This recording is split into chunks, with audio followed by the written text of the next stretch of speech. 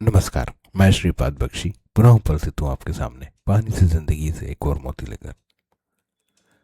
हमारा देश परंपराओं का देश है जिसमें विभिन्न रीति रिवाज जीवन जीने का तरीका बन चुके हैं।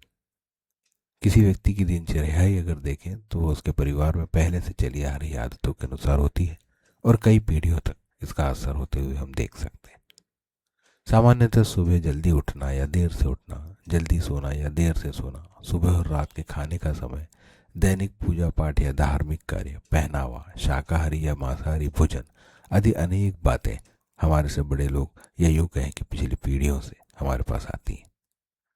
इनमें से अधिकांश आदतें हमारे साथ ज़्यादा से ज़्यादा समय तक टिकी रहे, इसलिए धर्म का सहारा लिया गया और इन धार्मिक मान्यताओं और रीति रिवाजों को हमारे जीवन से जोड़ दिया गया।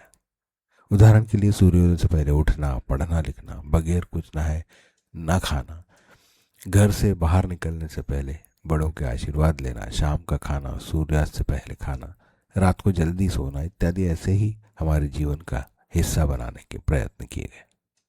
परंतु जैसे जैसे अंग्रेजी या आधुनिक शिक्षा का समावेश हमारे जीवन में हुआ, नई पीढ़ियां इन सब रीति रिवाजों, परंपराओं और तरीकों पर प्रश्न चिन्ह लगाने लगी। धीरे धीरे इनमें शिथिलता आई और कालांतर में टीवी, मोबाइल और सोशल मीडिया ने सभी के जीवन पर बहुत ज़्यादा प्रभाव डाला और परिणाम सामने है। अब मध्य रात्रि तक जागना, खाना, सुबह बहुत देर तक सोना, कभी भी खाना या नहाना अब किसी को किसी प्रकार का बंधन नहीं है। ऐसे में हम बात करते हैं ब्रह्म मुहूर्त की।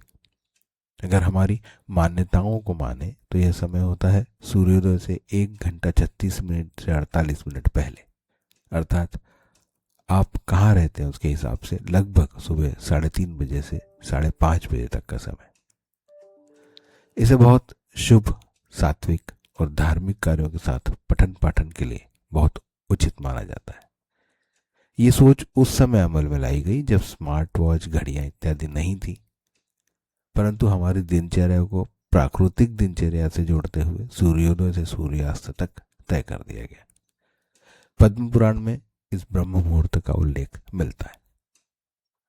अब थोड़ा सा पीछे चलते हैं, ज़्यादा नहीं। 2017 में वैज्ञानिकों माइकल यंग, जेफरी हॉल को संयुक्त रूप से उनके अध्ययन के लिए प्राप्त हुए नोबेल पुरस्कार पर ध्यान देते हैं, जो उन्हें सर्केडियन रिदम पर किए गए अध्ययन के ऊपर मिला।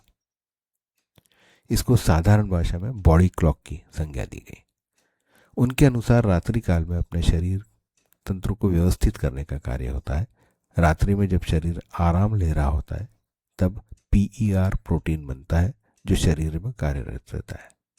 यह प्रोटीन सूरज की पहली किरण के साथ टूटने लगता है।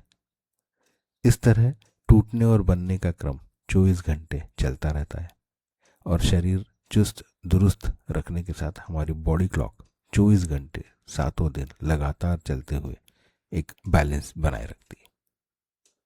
इसको यदि हमारे आयुर्वेद से जोड़ें तो सुबह 2 से 6 बजे तक का काल वात काल माना गया, जब ऑक्सीजन अधिक है और सत्व की प्रधानता है। रात 10 बजे से 2 बजे तक पित्त काल है, जब शरीर की अग्नि या एसिड शरीर की सफाई कर रहा है। आधुनिक विज्ञान भी अब रात में मेलाटोनिन और दिन में कार्टिसोल हार्मोन की बात करते हैं। सारांश में ब्रह्म मुहूर्त में उठना सिर्फ उठना नहीं है, बल्कि अपने शरीर को प्रकृति के साथ सामंजस्य में बिठाना है। और चूंकि यह वैज्ञानिक द्वारा भी अब सिद्ध कर दिया गया है, तब शायद हर वर्ग इसे अपनाने में कोई संशय नहीं रखेगा। शुभकामनाओं के साथ जय हो, नमस्कार।